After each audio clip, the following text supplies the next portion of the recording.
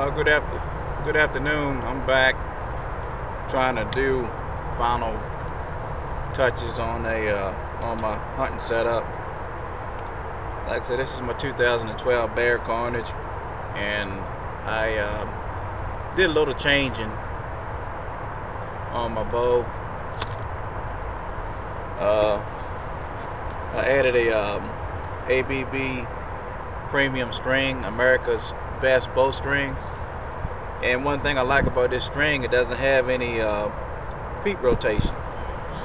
So that's very important to me. Every time I draw my bow back, you know, I don't want to have to deal with my rotation, my peep rotation. I don't want to have to try to turn it before I shoot or after I shoot. I don't want to have to worry about it. Plus the stretch, you know, this string don't even have any stretch to it. Because when I first put it on the bow, I realized that it didn't have any stretch, and it was a little stiffer drawing back from the factory string, you know. And and after I shot it a few times, it went on and broke in real fast. So it's still a little stiff, just a tad bit, but it's not that bad. But like I said, I don't have any peep rotation, so I really wish when Bear came up with this bow that they went on and put a premium string on it. They would have sold a whole lot more of these Carnages if they had to put a premium string on it, you know. And like I said, I love the cam. You know, when I first got it, you know, I was a little hesitant on buying it because of how thin the cam was, but I bought a 2011 Carnage, and you know, I even dropped the bow and the cam didn't even dent or anything. So I was real impressed with it. The riser, you know, it's so long, you know. It kind of feel like you're shooting a longer axle-to-axle bow, you know, when you're shooting it, you know. And plus the window, you know, when you have your pins, some guys use multiple pins. I use this a single pin, the single pin here. I like it because, you know, when I got my bow back, you know, the actual housing of the sight, you know, lines up with the hole of my peep sight. So that's one good thing, you know. That's a good tip for whoever want to try that. You know, I use this is a 3/16 peep sight lined up with this housing. So when I draw it back, I mean, I got inside of my circle and my peep lined up with the actual ring. And once I line it up with this actual ring, then you know, 99% of the times I know that my actual pin is centered inside of my peep sight, so I don't have to worry about trying to get this here centered with the peep sight and the ring.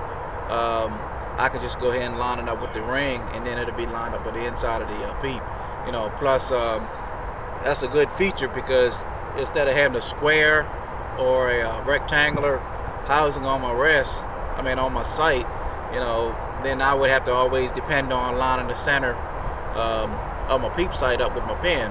But since I got this round housing, I don't have to worry about that. So that's good, you know, mainly when you trophy hunting. You know, you got to really try to have all of the advantages, you know, that you can get, because bucks, you know, they could be there, you know, 1 second, and 3 seconds later they're gone.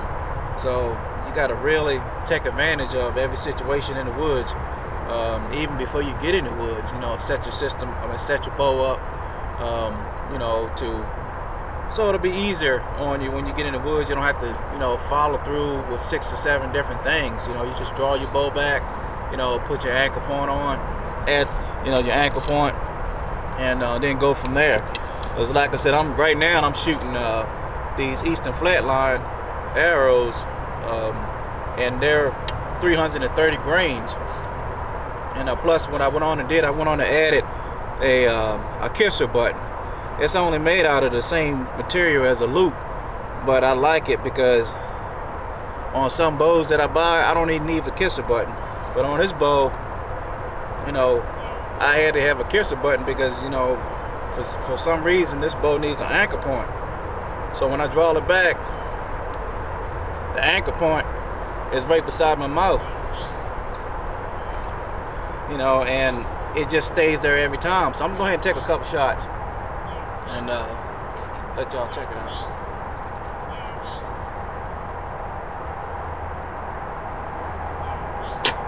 So I can just go ahead and shoot it real fast because I got it anchored in, you know, and I ain't got to worry about my peep rotating. I mean, look at that. My peep didn't even move. But if I had to have my factory string, I would have to probably rotate that peep just a little bit. So I don't know. Maybe Bear will come out with Carnage again. I don't know, and put a premium string on it. And if they put a premium string on it, it'll sell like hotcakes. That's just my opinion.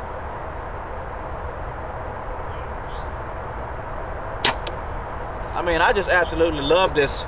You know, the peep and the loop and the anchor. I mean the kisser button.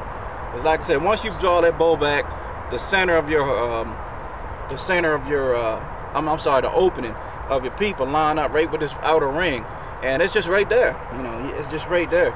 You know, plus I changed the grip. I put a wood grip on here.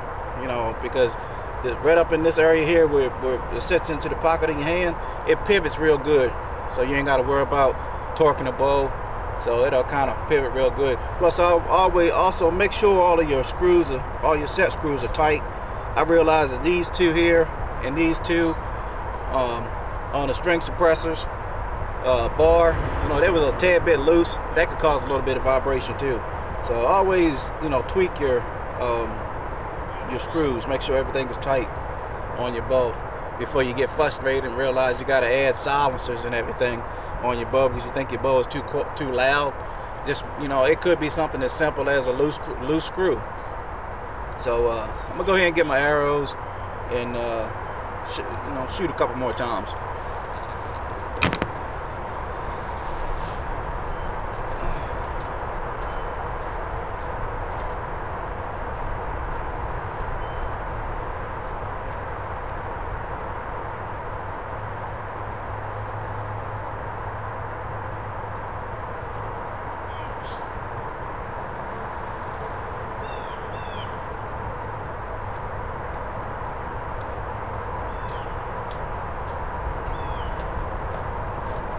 Okay, sorry for the delay. What you see in the background over here, that's where I have a lot of my big bucks. You know, when I have on my videos and on my camera, they're right back here about 100 yards inside of this thicket. You know, and it's a bottom, it's a swamp bottom over here, and it's an actual bedding area over here. And it's a bedding area way back there. This part is called Ivy Grove, and over here is the diamond. But further back over there, it's like a pinch point where I seen a buck. I think it's part of his corridor, and I might hunt that this year. I kind of stumbled on that yesterday, so I was excited about them. You know, he had some stage rubs in there that really made me, you know, my antennas go up. So I think I'm gonna try that this year and see if I can get in there on him. Put a camera. You know, it's a trail. It's a buck. I know it's a buck trail. I'm gonna put a camera just off that trail and see, you know, what time they're coming through and you know, what caliber it is. I know it's a pretty good buck because his rubs are real high. You know, he even bent the tree over and you know, rubbed all of the bark off the trees. You know, they're only like 2 inches in diameter, but that don't matter. You know, I think it's one of my shooters. So I think I stumbled on something yesterday. So I'm gonna take a couple more shots.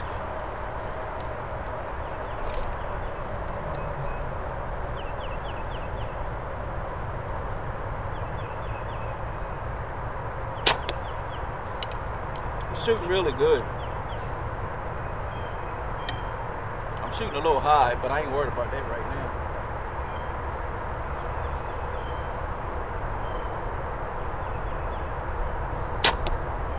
Yeah, I'm shooting a little high, but I'm not worried about that right now. My main thing is I got the bow dialed in. You know, the arrows coming off the rest straight.